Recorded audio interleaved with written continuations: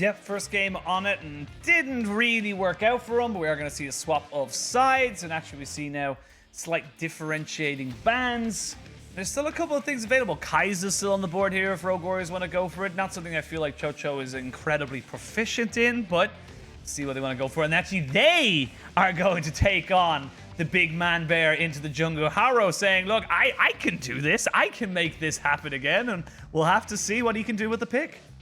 And we talked about in game one that I feel like one of the ways you can counter this pick, at least standalone, is lots of long range and lots of zoning tools and disengage, right? We talked about the Galio last game, things like the Thresh, Syndra, long range CC, keep him at arm's length, potentially just be able to blow him up early before he's able to find that way onto the backline of your carries. The Renekton is something that has slipped through the bans, so you could potentially see a Rare Adam going for maybe Taliyah or Renekton combination, something like that. We'll have to see what Leyan wants to go for, and see, looks like they're going to go for the Renekton so far. So yeah, we talked about it in the last pick, but the three big major power picks right now are Olaf, Kai'Sa, and Renekton. Pantheon is kind of in there as well, but I feel like with the slight nerfs he got, he's not as, important, I suppose, for teams. And two power picks going over to, Rare Adam is a pretty big, give up for Udyr. I just love that this is like the whole "this is yours, this is mine" meme is coming to life on our screen. We see the answer to the Renekton coming in as the Jace from Ziv. I do want to keep that as a potential flex pick just because it's not a champion that fits Ziv too well in my mind. And we do know that Forge especially plays a lot of these like AD, more, we'll say like bruiser assassin like mid laners. I am happy that we are getting that Jhin from Qiuqiu like we talked about. Yeah, like you said, you wanted him on something he's far more comfortable on, something that can just play safe on the back end, maybe try and, clean up kills with the curtain call. And like I talked about there, just before we see the last ban, or last pick, coming in for the side of Rare Adam, they are going to lock in the Taliyah or Renekton. This is such an incredibly powerful combination of damage in the early game that you have to give it respect. I'm really big fan of this. In terms of where Rare Adam want to go next, I would like to see some kind of like heavy CC support option, whether it is, I was going to say the Alistar, but that could span, or something along the lines of the Leona. Typically, when you do have the Taliyah in your composition, you do just want more things that can set up her composition, and even those supports would go quite well against the likes of Jace and Jhin, who are playing at that farther range. Well, the bans are coming in thick and fast. You can see Rare Atom focusing on that mid lane. Looks like they don't want to give anything too big over to Forge in terms of AP scaling. For Rogue Warriors, they've gotten away the Alistar, and they're going to ban away the Azir as well. But a bit of a curious one on that. Azir has kind of risen to prominence, given all things, but the Orianna's still open. That's something that has a lot of, very good matchups, or at least neutral matchups to go into. And again, I actually kind of question both mid lane bans on both sides coming out of these. I do like that we actually see the Leona coming out from RA, but RA have the counter pick in terms of the mid lane. I don't necessarily think Azir would fit the theme of their comp too well when we have all these like very early aggressive picks. Not to say that, of course Azir can get pushed in a lot of early mid lane matchups. I think RA's composition looks a lot more early skirmish oriented rather than what an Azir would provide, but hey, with Rogue Warriors picking up the Orianna, it at least makes a bit more sense. Yep, picking up the Orianna. Again, like I said, very safe, very neutral. Has a big AoE ultimate as well that can turn away a fight. But with the pickup of the Orianna, what do you want to go for now if you're RA? And there's plenty of options because you've got the magic damage in Taliyah. Yeah, that's the thing. So right now they're obviously hovering over the Yone. They do lock in. I was going to say whether you want to go for that or the Lucian would have been a bit more awkward with champions like Jace and Jhin in their composition. So I like this. Gives you an AD mid laner, gives you more all-in potential in your comp. Because, right, we have so many champions that just have ways of getting on the immobile backline carries that Rogue Warriors provides. And I don't think for RW they're going to have the same time that RA did with this Udyr pick. Sure, they will have early pressure in the mid lane 100%. I think top lane is a bit more volatile. If we do see Leyan make, an early gank on his first clear towards top lane, it can put it in Cube's favor. But if not, we know Ziv will have control over the wave with his range advantage. And then, bot lane should be, I'd say, a pretty stale matchup, assuming Qiuqiu does just go to his role of, throwing out the QW and focus on clearing those waves. Yeah, but the Yone, of course, has a lot of pressure in the early game. Once he gets that Seal of Faith as well, the ultimate, he's able to just kind of create space or negate the space you have created between you and him. Something that Jhin is going to have to be very, very aware of coming into these maybe, you know, like early to mid-game team fights. I'm not super happy with this Udyr quote-unquote denial from the side of Rogue Warriors. Like you were just talking about, it just feels like you're not going to have the same amount of agency early on in the game to make it do what, you know, Leyan did it in the first game. Yeah, and the thing to that for me is that Rare Adam just have a lot of tools to impact the map early on and prevent something for Haro like what happened for them last game where, you know, you were able to find that first gank, you were able to start getting your team ahead. Now again, Leyan has a very easy time if he wants to look towards something like the full clear towards top lane, try to set up the gank onto Ziv, blow his flash, or, you know, even just get the full-on kill with the point-and-click CC coming out from your W. So when I look at what Haro can do, you don't have an easy time impacting any lanes. Maybe he can look for the same gank that Leyan went for on bot lane if Reheal can find some nice CC or if Iboy and Hung are pushed up. But guess what? Iboy and Hung are going to expect that timing because their team just played with this champion. They understand how Udyr works. Yeah, they know that at 3 minutes, 10 seconds, or roughly around there, maybe even a little earlier if you want to be super safe, they know that that's going to be something they have to be aware of. They should ward it out, potentially even just walk away and give up 1 or 2 minions. Far better, as you can see, in the long run to give away, you know, 30 gold or less to, you know, the enemy champion or away from your own team than to give up 900 or 1,000 as we saw in the first game. And we even see the adaptation here, right? They go in, they get this early ward on the red buff, so they're at least going to have a bit of an idea of where Haro is going in this game. And again, I expect, especially the mid lane for Rare Adam, Fofo will be playing a bit safer in the early levels. Yone comes online really heavily at 6 when he does have that ultimate. Bot lane should be a bit of trading back and forth, but without any heavy mistakes. I don't think all in should really be able to come out from either side. So we're looking at Haro and Ziv, and we're looking at Cube and Leyan. Yeah, and you can see I actually like this move from the side of Rogue Warriors. They're actually giving an accelerated start to Haro right now and saying, look, last time we let every jungler kind of go, and that was the timing on that, but now we're basically saying, like, we are going to let you get as far ahead as possible, as quick as we possibly can. They're going to give over a nice little leash, a little exchange in the bot side, and this is why you pick the Thresh into Leona. I feel it's just a very good disengage to stop those Xenoblades when you have got the Flay. Exactly, so Reheal at least can have a lot easier time of making sure that Qiuqiu doesn't find any ways into the enemy team this time around. Going back to jungle pathings, I really like what Haro's doing going towards the top side because, right, it was pretty telegraphed that we knew Leyan would be making his way up there already. So Haro going to go for this, going to try and match, going to allow Ziv the safety to be able to out-pressure in this range for a melee matchup and hopefully get that crab as we get a replay. It's showing they had full awareness, I guess, that the red buff was warded. I mean, they know that they've been started, but interesting replay. It is. I mean, I assume that Reheal and Qiuqiu would just know because, I mean, Iboy and Hung walked into the jungle right in front of their face, you know, but good that we got that tidbit. You know what? It's always good to get confirmation in those situations. Did they get the full information? Yes. Awesome. Let's move forward with the game, I guess. Moving on. And looking a little bit like we were talking a lot about the Udyr, but Leyan, this is a champion that can make his lanes work very, very well for him if he can get those early aggressive kind of ganks off him, especially in the top side. So I'm curious to see where he's able to go, what he's able to make happen. To see in the bot side, great Flay again from Reheal, but those W's on top of Qiuqiu will just proc the extra true damage there from Iboy. Leyan is here, flash in there from Hong. They're trying to catch somebody out. He will try and get the knockback. He does. The hook goes wide. Hong picks up that kill with the ignite. And that is first blood again going over to Rare Adam. This is what surprised me, especially about the Azir pick, that we set up that, hey, RA can just pick this Leona. It was the expected champion. It sets up the Taliyah so well. They go for the heavy trade right before the wave hits turret, and it sets up for that dive so well.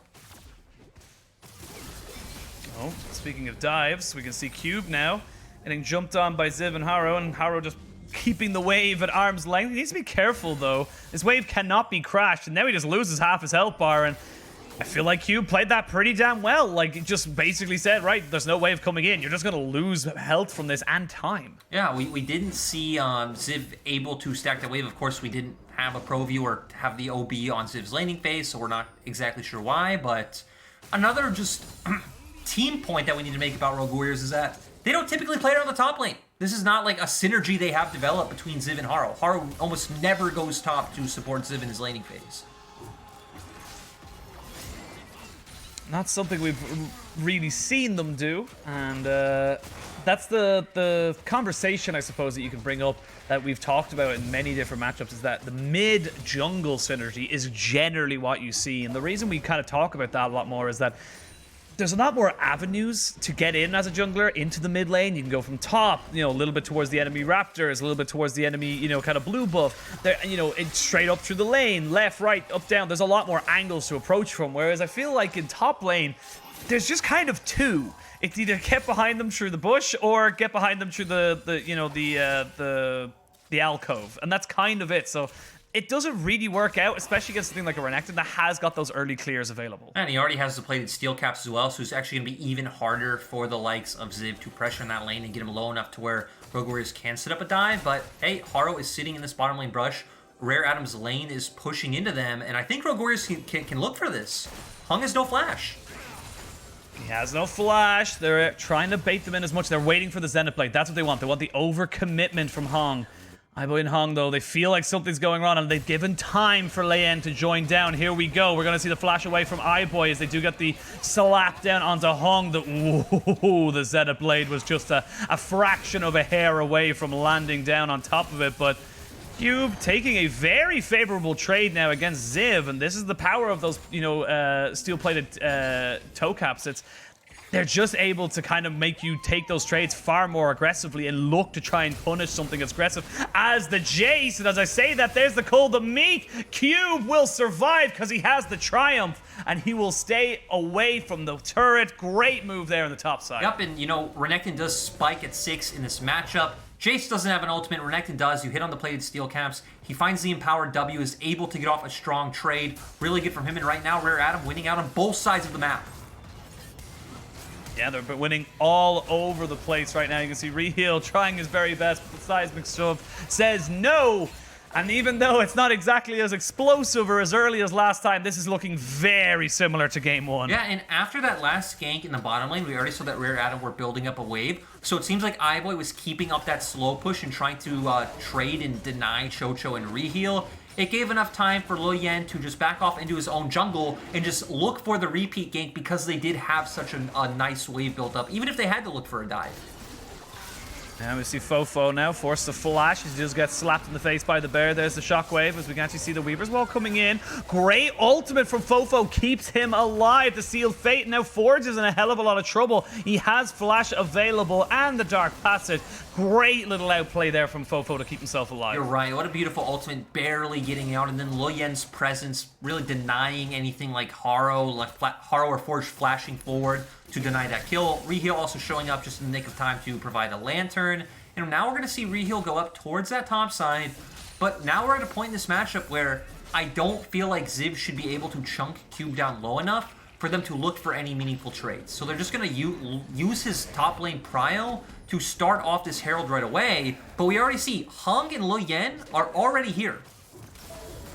Yeah, they're already there, and you see if they want to try and deny this. They may be able to go for it. However, I will say that the biggest problem right now is this will be a 5v4, as Qiuqiu had roamed up well before Iboy had. Iboy did not get the reset off just in time, but he is pushing that bot wave by himself, so he's going to be able to pick up a hell of a lot of gold here solo onto this Kai'Sa. Yeah, it's going to be a trade that I think overall is actually going to benefit Rare Adam more. He should be able to get the 2 plates as we see CS is being denied onto the likes of Qiuqiu. But as a silver lining for Rogue Warriors, right, this is not high-tier League of Legends. Your 2 teams sitting at 1 series win. I feel like for Rogue Warriors, maybe just overloading the side of the map that you want to take the objective on might be better. Sure, you will lose out on more gold on the map, but we're seeing if this game plays out like standard League of Legends, Rogue Warriors aren't going to win this game. So I like the play. They bring Qiuqiu up, they overload topside, they get Herald, maybe moving Reheal and Qiuqiu more around the map, you know, bring the Jhin mid lane, open up the curtain call onto Fofo, who doesn't have a flash now, look for those kills, and it'll at least give you pressure in places and an avenue to start playing through.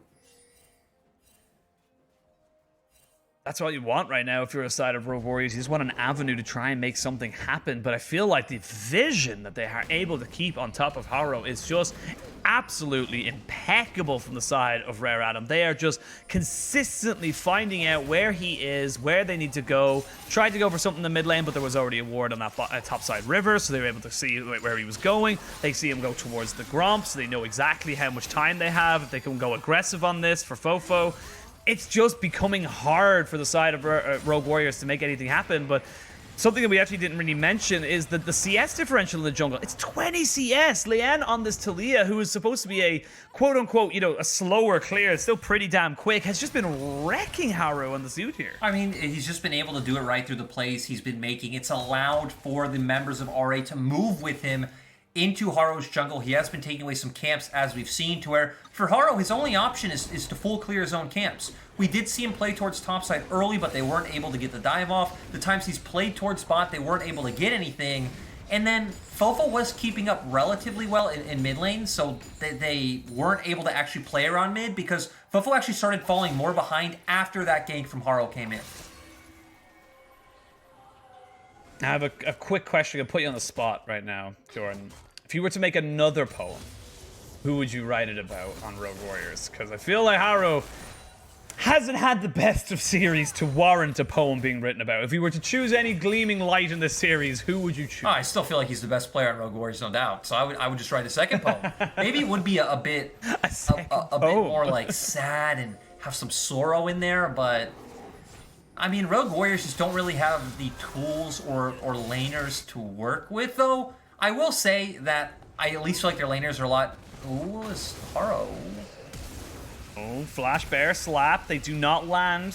Sonic Blast. The Seismic Shove neither will hit. And the top side Ziv is still there, still trying to be as aggressive as he can, trying to keep his jungler going, but you expend your flash for flash, but I feel like it's far more impactful for Haro to have it than it is for Leyan. Definitely agree, right? We've been starting to see the range advantage after Leyan flash that it's going to be tough for Haro to find a way getting onto Leyan, especially where Leyan is more accelerated at this point in time, whether it's the CS you're mentioning earlier or the kills. So Haro now is probably just going to full clear his jungle once again, going to do his Wolves and do his Raptors, and then just look for another reset and look for that first mythic item. And for the side of RA, you can look for some resets and go straight into taking that dragon. Yep, it's a simple enough setup for Rare Atom, as they can just kind of slowly whittle away the health bars and the resources away from Rogue Warriors. Rogue Warriors don't really have a huge amount of priority anywhere. They know they're going to lose this dragon on bot sides. They're full committing using this Rift Herald into the top, try and get Ziv as many plates as possible, but it's going to be hard to take the tower altogether because it is a... we get a nice little split screen here. I like this a lot. And they're just trading on the other side of the map. Iboy's been getting all this free time. He's getting 20 CS up himself, and probably all 4 of those plates going solo to him. I'm just happy to see Rogue Warriors making this trade, right? Because you just said it. They can't contest the bottom half of the map against RA right now.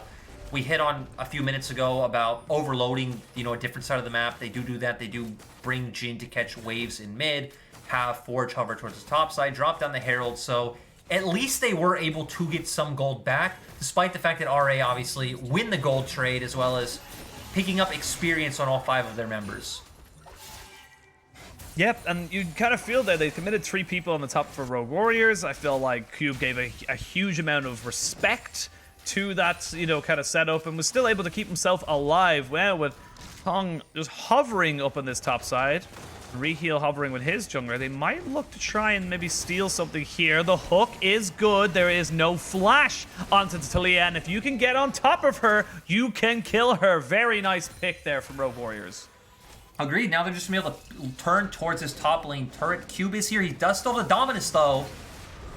There is a TP coming in from Fofo, though. He will have full health, full cooldowns, and maybe look to try and get something out. They will be answered up on the top side. The Shockwave does not hit anything. The Fate Seal does go straight in onto the back line, but it might be a little bit too far forward. He almost gets out, not quite far enough.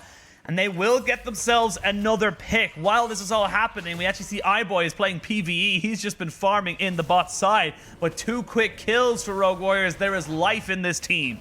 Yeah, they're at least going to find footing, but actually, the gold lead slightly increased for RA during that time overall because of all the work that Iboy was doing in the bottom half of the map. RA do just get a bit ahead of themselves. Like you said, it was a nice invade coming out from Haro and Reheal to start that one off. They do find the pick. We see them have to react to Cube getting dove, but then Fofo just going a bit too far forward, looking for the all-in, thinking that they'd be strong enough to take that. They weren't. He got caught out. And now we're still in a place where RA definitely have control of this game. And one thing I want to highlight is also, we highlighted so many times the amount of XP that RW were losing in those trades. Cube has a 1-level advantage. Leyan has a 2-level advantage. Fofo is actually the one member who's down because of the plays he's been making, but even Iboy is up a level on top of Qiuqiu. So, massive experience lead for RA that's making a big difference in a lot of these fights that should be coming up. And let's actually talk about experience right now, because I feel like it's something that's not really discussed apart from that person is ahead of this person. Talk to me through why levels are so important and why we put such an emphasis on having even just a 1-level lead. I mean, you think about even just terms of like your champion base stats, right? Where you're getting a certain amount more AD, a certain amount more armor, a certain amount more health. You get 1 more point in ability. That could be, you know, something like 60 more damage on your Q. It's these small incremental gains that, especially across 3 to 4 champions like RA have, that even out to like a 1,000 gold component overall, right? Worth of stats in these fights. So definitely a meaningful impact. I was starting to stop because I thought a fight was going to break out, but keep going, my friend. You have plenty of time. At the end of the day, they get away. But yeah, overall, right? When you have about 4 levels worth of leads on different members of Rare Atom, that is like a 1,200 gold item, a BF sort of component along those lines. It's probably worth more. Clement's the stats guy, so if he's in he's chat, the numbers head. He could probably give you the effective gold value. Yeah, and that is why we put such an emphasis, and especially in the jungle role where levels obviously equal to higher smite. That is incredibly important and incredibly valuable to a team, but just even looking at it from, like you said, a BF sort of such of, that's probably even more closer to the 2,000. I looked it up. The average gold value per level is about 500. It's a lot of money for just a straight up XP. And especially when you're looking at it from like like you said, 2 levels for Leyan, 1 level for Cube, 1 level for our Iboy, which just got equaled out there by Qiuqiu. It can equal up, it can become a bit of an issue, but let's have a look quick at the player gold, and right now it's Iboy and Leyan. Leyan's been making the plays, Iboy's just been playing PvE. It feels like it's all on this big shockwave from Forge. He's kind of the only one on his team that has money right now to be able to make a play. I mean, still, right? At least it is on your member that does have at least AoE impact, especially against Rare Atom's team comp, where it is pretty short range, and they do want to come into you. Those are the scenarios where a champion like Orianna thrives. Ooh, Cube thought he had a flank, but he has been caught and burst down. Nice little pick there. Haro flash in, bear slap. They're going to get all these ultimates out, but Haro goes a little bit too far forward. The Zenith Blade lands at max range. Iboy did fly in, but they are not finding any more purchase. The important thing to notice here, though, is that Rogue Warriors lost their jungler. There's a flash, there's a hook. They're able to catch out, but with the workground there available, they finally trade it back. The fate has been sealed. They're jumping straight in. This is such a close fought battle right now. It's all on Iboy. Now he gets to play with his champions, and he gets a double kill. Overall, a 3 for 4 in favor of Rare Atom. They cannot take the Mountain Drake just yet, but they will get priority in the mid lane. And that one was so telegraphed. I'm not a huge fan of Forge utilizing the shockwave to find the pick onto Cube, because even in a 4v5 scenario, I think Rare Atom do have the tools to fight Rogue Warriors. Rogue Warriors, their only true engage in my mind is Qiuqiu opening the curtain call and then members like Haro running forward. They don't exactly have enough poke from this Jace to really whittle down the likes of RA and then look for a potential engage. So after getting that pick, they just have to go for it. They do it. And as we see, you have members like Leyan and Iboy who are just able to kite out the members of Rogue Warriors and then look for that turn. Still a very, very close fight. It's about a 4,000 gold lead as the dragon has been started up again. Everyone is back on the rift. There are far less summoners and far less ultimates available to either side. Weaver's Wall is still there. They have the Killer Instinct just coming up, and it feels like that's going to be an easy secure there for Rare Adam. There is the Solar Flare coming down on the backside. Cube flashes in. He had the Dominance going and Pop ready to go. Shockwave lands, but only onto one on the backside. And there is the shotgun. Click, click, boom. As Iboy jumps straight back in. It's a double kill for Cube. It's going to be another 4 kills for Rare Adam. And this game has blown up in their favor. It's so early in the game, right? We're 30 seconds before Baron. RA can't even transition this into anything other than pushing lanes. They should get this mid lane, but even potentially the bottom lane turret, take some camps. But I really love the way they played that. You highlighted earlier on the vision control they've been able to get this game. It allowed for Cube to find a really nice angle, and I'm so happy we're getting the replay up now. You can even look at the minimap. Cube is already heading over, and it feels like he has such a monstrous impact on this team fight. Looks for the flash, goes for the slice and dice, brings out the W onto Qiuqiu, gets blown up right away. The shockwave only hit one member. I do think it was the Kaisa, but it didn't matter. Iboy jumps in right away. And again, they have item advantages. They have gold and level advantages. We see now, just compare Iboy's items to Qiuqiu's. He's already sitting on his 3rd item, already has a collector, and also already picking up a Zeal item. Yeah, it is.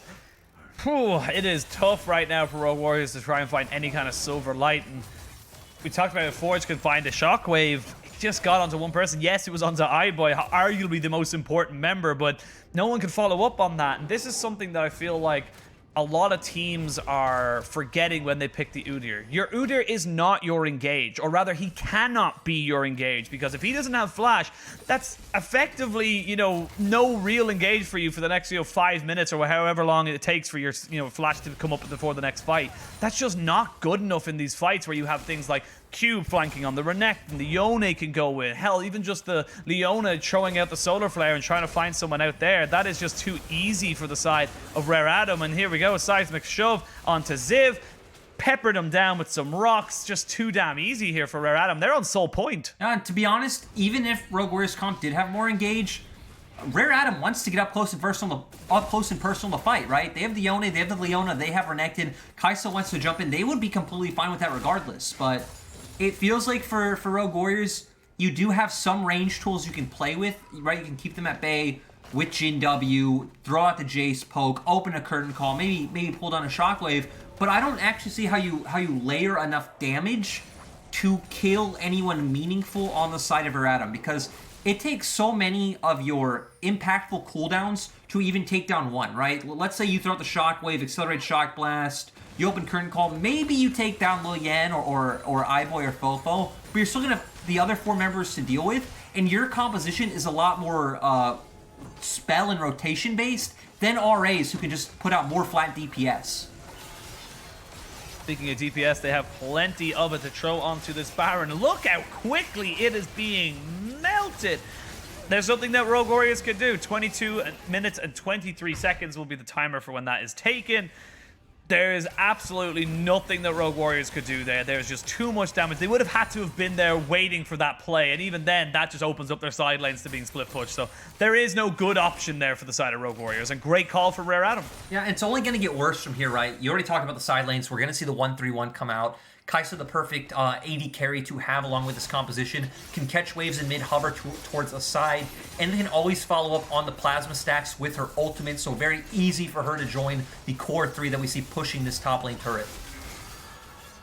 Oh, we see Fofo checking in to Ziv for a little bit of damage, and then quickly checking out using the Soul Unbound. Not quite able to kill off that turret just yet. Iboy being chased down by Haro, but Iboy's 3 items. He is not afraid of you anymore. You are not a man bear pig. You are very much a little baby cub who's just trying and act big, make himself as big as possible. But that is a very, very hungry hunter with a very powerful shotgun. And we can see Fofo jumping straight onto Ziv. As he goes back, Ziv will not die to the Soul Unbound passive. They keep themselves, at the moment, alive in this game. Also, we're getting to the point now with these second items, we're having a lot of sustain come out from Rare Adam, right? We see the Bloodthirster on the Yone. We see the Sterix Gauge and Gore Drinker on Cube. You don't have any Grievous Wounds as of yet coming out from the side of Rogue Warriors. So it feels like Renekton especially is going to be allowed to run rampant in any more of these skirmishes. On our picture-in-picture there, both Ziv and Fofo using their flashes to try and catch each other out. Speaking of catching each other out, it's the Hong. Whoa, going super aggressive because he has no fear. Reheal is going golden. The shockwave does land, and actually 2 kills straight away for RA.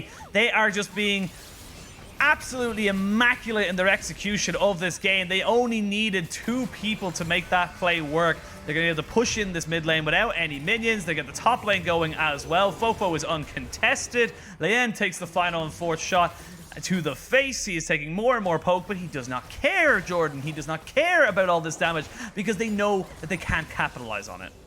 Right now, there just isn't enough damage for Rogue Warriors sitting on 1 item and just a couple of components. So Leyan going to default back to that Mountain Drake. Now it's going to get even worse with the shield coming out. And you've already pointed out, I've pointed out, the fans all know, this is done and dusted. This is a 14k gold lead for the side of Rare Adam. There isn't an imaginable scenario in my mind that you can convince me where Rogue Warriors win this game. Which is sad to say. Sad to say is, again, someone who wrote a love poem for Haro. Yeah, you had a whole segment for them, and you can't even find the light at the end of the tunnel right now. And honestly, this feels like right now the most one-sided series that we've had all spring split. This feels like it's a statement series from Rare Adam. And yes, we're disappointed in Rogue Warriors, but we can't take away just how impressive this is from Rare Adam, from a team that has had ups and downs so far at the start of the split. It's a team that hasn't looked incredibly, you know, untoward as the team that knows what they're doing, as a team that could maybe challenge for a playoff spot. This series in its own right is definitely saying, look, we're at the, we're definitely looking to try and play here, and we're going to try and get better as long as the season's going on. So I'm very impressed with Rare Adam so far in this series. I could talk about from my time, coaching in the LMS, coaching in CBLOL, working with players, especially when you're on a team that's struggling like this, getting 1 win back as I pause. Is Hung gonna go for it? Nope. It should be fine. Getting 1 win back, even if it's over a lesser team, the kind of morale boost and camaraderie that can bring, the mental reset that it gives your team can go a long way. Well, speaking of a mental reset, we're going to start resetting this fight as Fofo goes in and immediately backs himself out. And they're just keeping the side of Rogue Warriors away from this turret. They're going to be able to kick down the last inhibitor turret without any real problem. Shockwave is the ball delivery system on top of the Udyr, and he's immediately deleted from the map. The Gore Drinker on Cube means he shall not go down either. It's a double, it's a triple, it's a quadra for Iboy. And you know what's going to happen now. They're going on top of Forge. Pentakill for Iboy, and Rare Adam will clean this series 2-0. Absolutely beautiful play coming from Iboy with this one, and nice to see Rare Adam putting themselves in the win column once again.